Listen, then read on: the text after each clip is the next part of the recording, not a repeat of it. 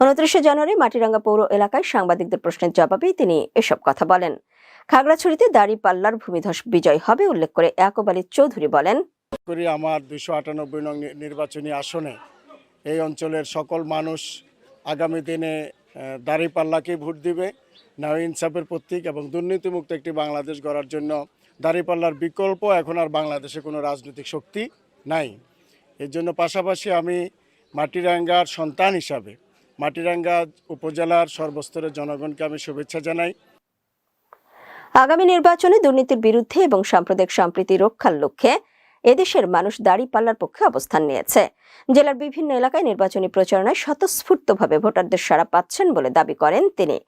এদিকে জোটের এনসিপির জেলা আহ্বায়ক নূর আলম বলেন, নির্বাচনী প্রচারণায় ভোটারদের বেশ সাড়া পাচ্ছেন, তবে প্রতিপক্ষ দল তাদের নির্বাচনী প্রচারণাকালে বিভিন্নভাবে কটাক্ষ করার চেষ্টা করছে। এনসিপি সহ